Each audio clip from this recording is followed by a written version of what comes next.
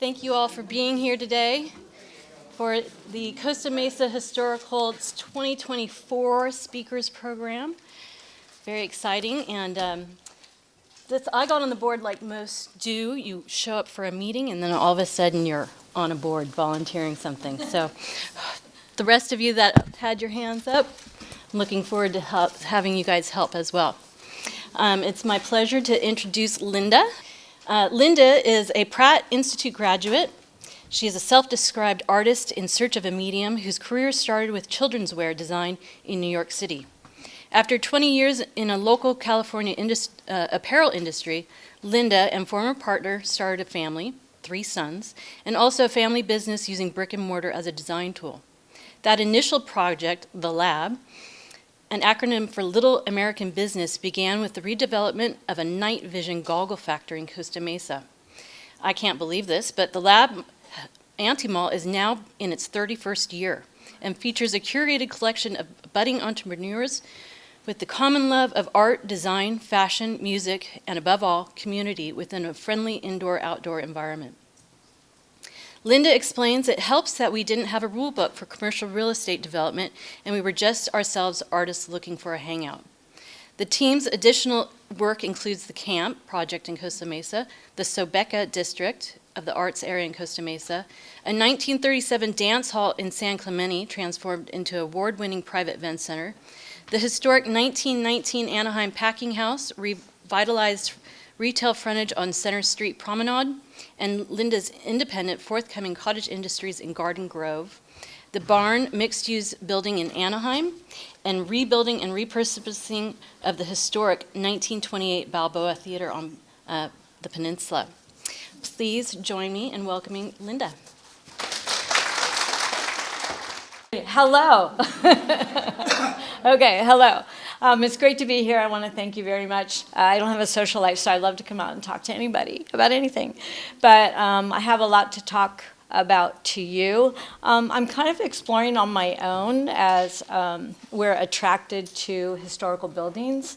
I've kind of discovered that a lot of women's names pop up along the way. So I'm going to take you on a little journey with me. There's about 4 or 5 women I want to highlight today because I think they all made important steps toward historic preservation in general, nationally, and I think they should be they've already been recognized. I'm just discovering them, so come with me. I discovered this woman, Jane Jacobs, and you probably already know about her because you guys know everything and you've been volunteering in this category for so long. I love her quotes. I love this one the most, so I put that up. New ideas often need old buildings.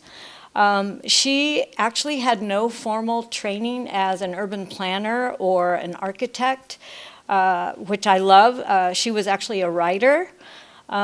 And she came to love old buildings and the restoration of communities. She actually coined the term mixed use, which my next project will be actually built in the city of Anaheim, ground up. And it's called The Barn is our working title, but it will be mixed use. And it's kind of my giant design step into residential. With commercial use on the bottom floor. So I loved that she coined that phrase that came from a woman. Yeah. Okay. She fought high-rise jungles. She promoted gentrification, revitalization of existing neighborhoods. She fought a lot of big developers who were ready to tear down and build 30-story high residential communities, which as we have seen in many of our cities nationally, became kind of urban jungles and became kind of low-income, kind of almost prisons. So she was all for adding newness and mixed use to communities to revitalize them. And looking at some of the things that we've done accidentally, I think we've put a lot of mixed use into play also, and it's made it successful. But now I'm kind of seeing in retrospect why. She was arrested twice. I love that. Okay, she was described as a housewife, and she hated that, and I loved that she hated that.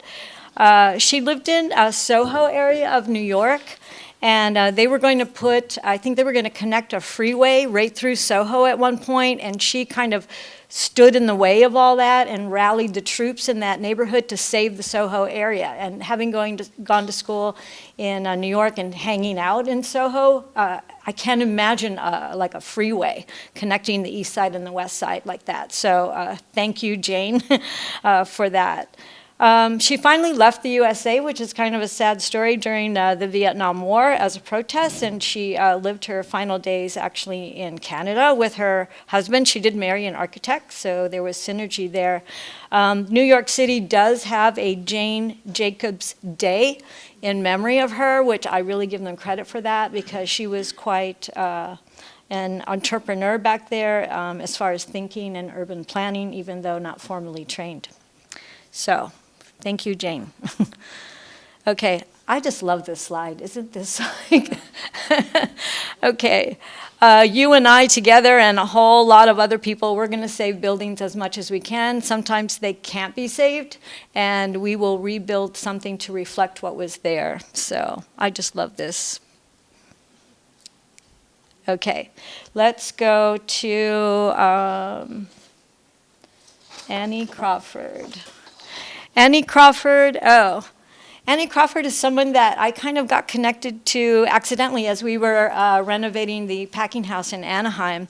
There's a building right south of the packing house. It's called the Make Building now. It was kind of a leftover building when we were starting the packing house. It's a much smaller building right across the street.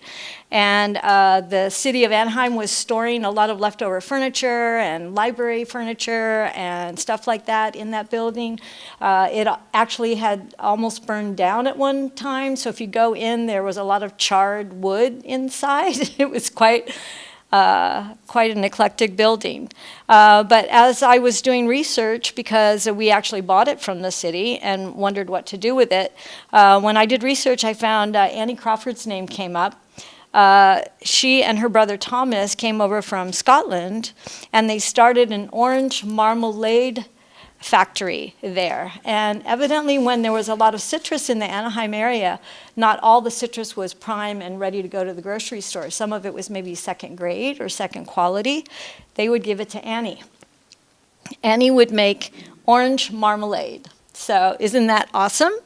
And she utilized that structure, and it was a marmalade factory for many years. When the packing house opened 2 years after Annie was there, the oranges would just literally cross the street and be turned into marmalade. So for you today, I have copies of Annie's recipe. So handwritten, I got this from great grandson, I think it was, of the family, Thomas Crawford, came into the packing house one day and he goes, "Does anyone want this recipe?" And I'm like, I got down on my knees and go, "Oh my God, this is incredible." So I really enjoyed the recipe and the handwriting of Annie Crawford. So please take a copy. I think it's great memento. And thank you, Annie. Okay, next. This is the Make Building. Originally, when we were coming into the neighborhood there on the left, that's her original marmalade label on her jars.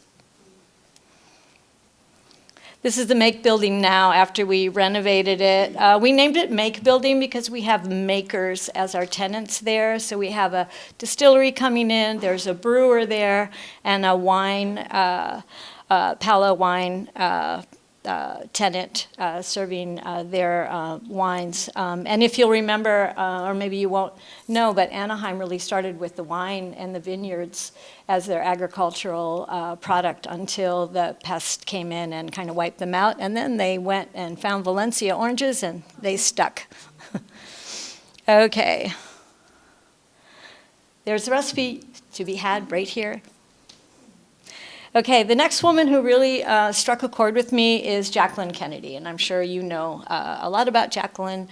I love this quote from her, and I really didn't realize how instrumental she was in preserving a lot of the history in Washington, D.C. And this kind of grew out of her moving into the White House when she was 31 years old and started renovating the White House. She also took on Lafayette Park, which I think was in the nearby area, because she just had a love and she realized the importance, especially of the historical districts in our larger cities. So in 1960 it was, she began with the White House. She actually, I think this is, at the age of 37, she pushed for a new act to be passed nationally. It's called the Historic Preservation Act, making it an official government preserving act. She went on later in life. In 1975, she actually moved to New York with her second husband, and the Grand Central Station, if you can believe this, was targeted to be taken down, and a 53-story tower was going to be built on that land. New York and Jacqueline became just instrumental in trying to save that beautiful space. She was 46. She raised a lot of money, raised a lot of activists to come and help her, and so now we have the Grand Central Station in New York City, which you can't imagine being without it there. In 1984, a little bit later, she helped save St. Bartholomew's Church. Evidently, they were going to tear down the adjoining community house because they were running short of funds, and they thought the sale of that land would help support the church itself. But she was very innovative and found alternate ways of fundraising to save all the structures there, so she's to get credit for that as well. Okay, now we go back in history. To Anne Cunningham is another woman who kind of popped up on my radar. She is known actually as the mother of American preservation movement.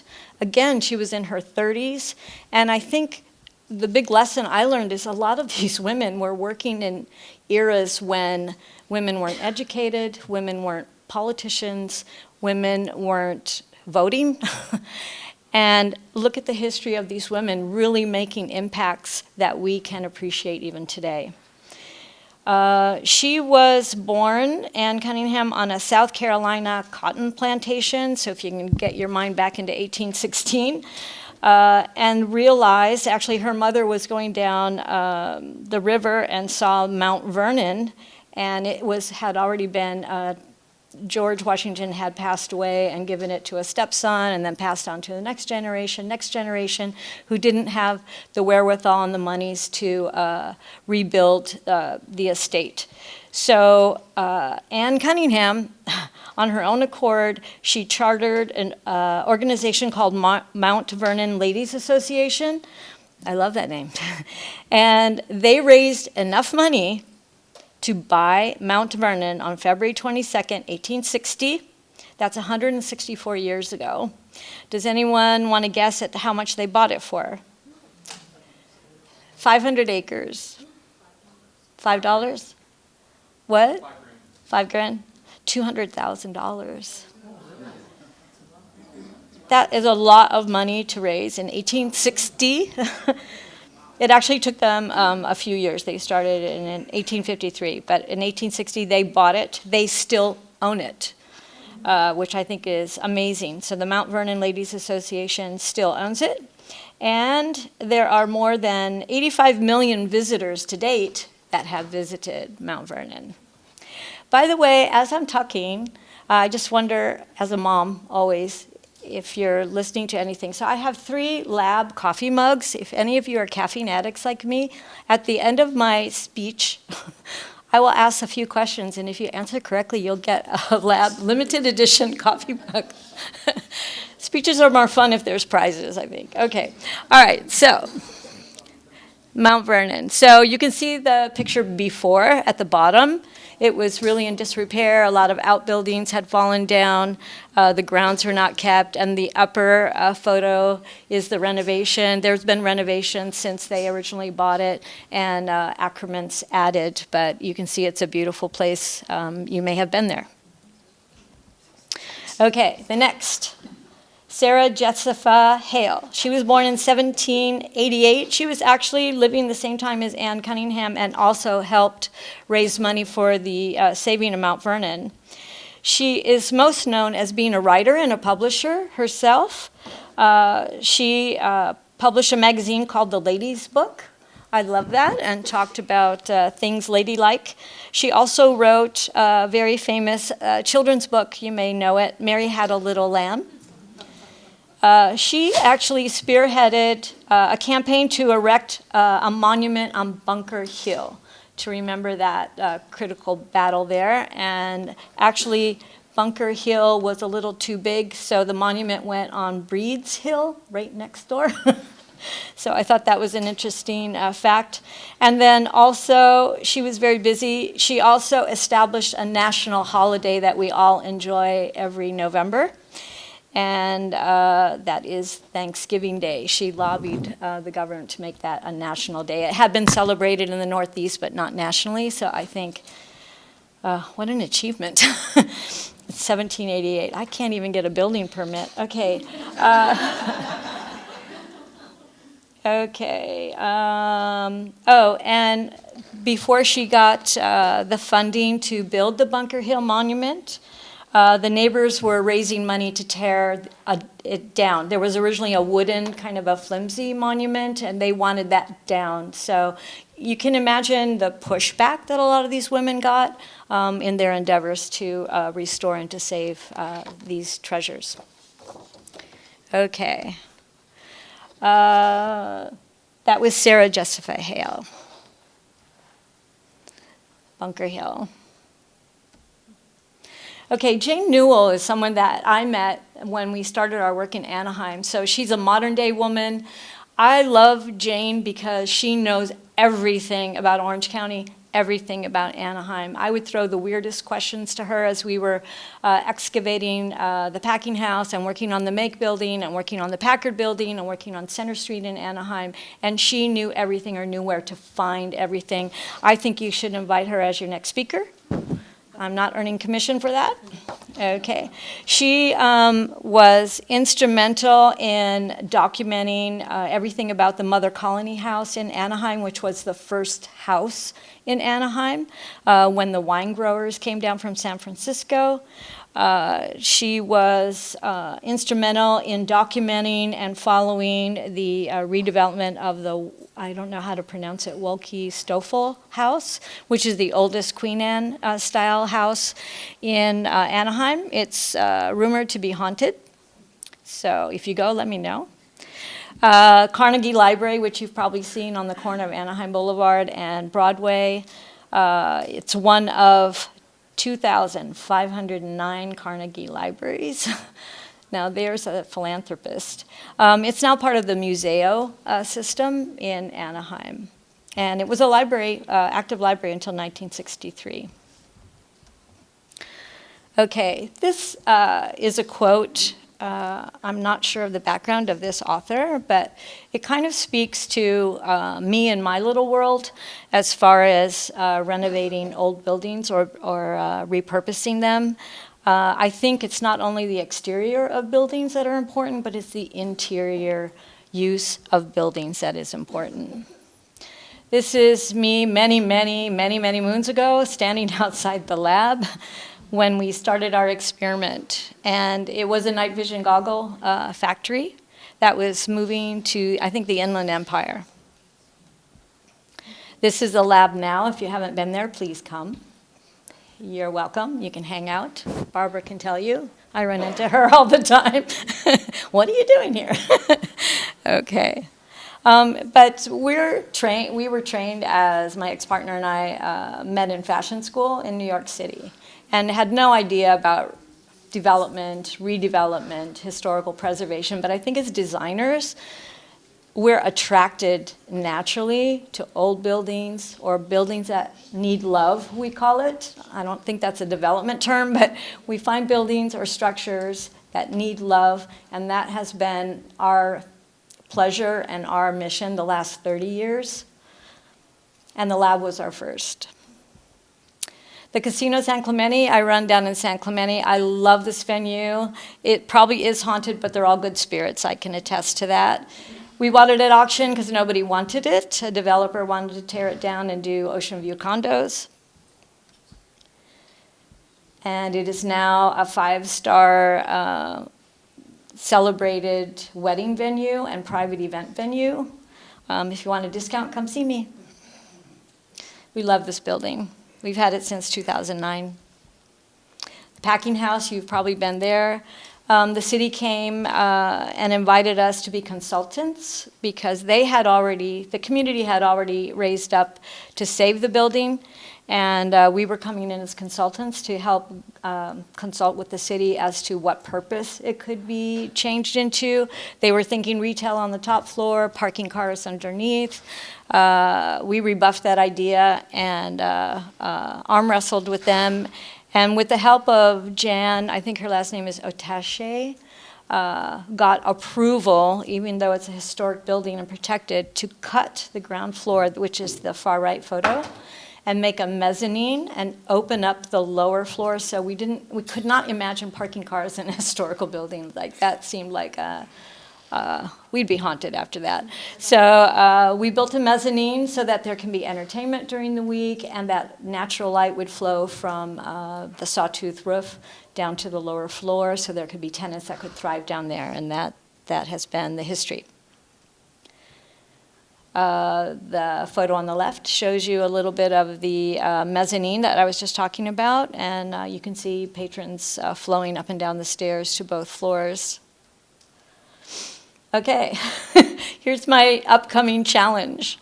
This is the Balboa Theater, and the whole top photos are what it looks like right now. So sorry, I cannot take you there. It'd be an insurance liability.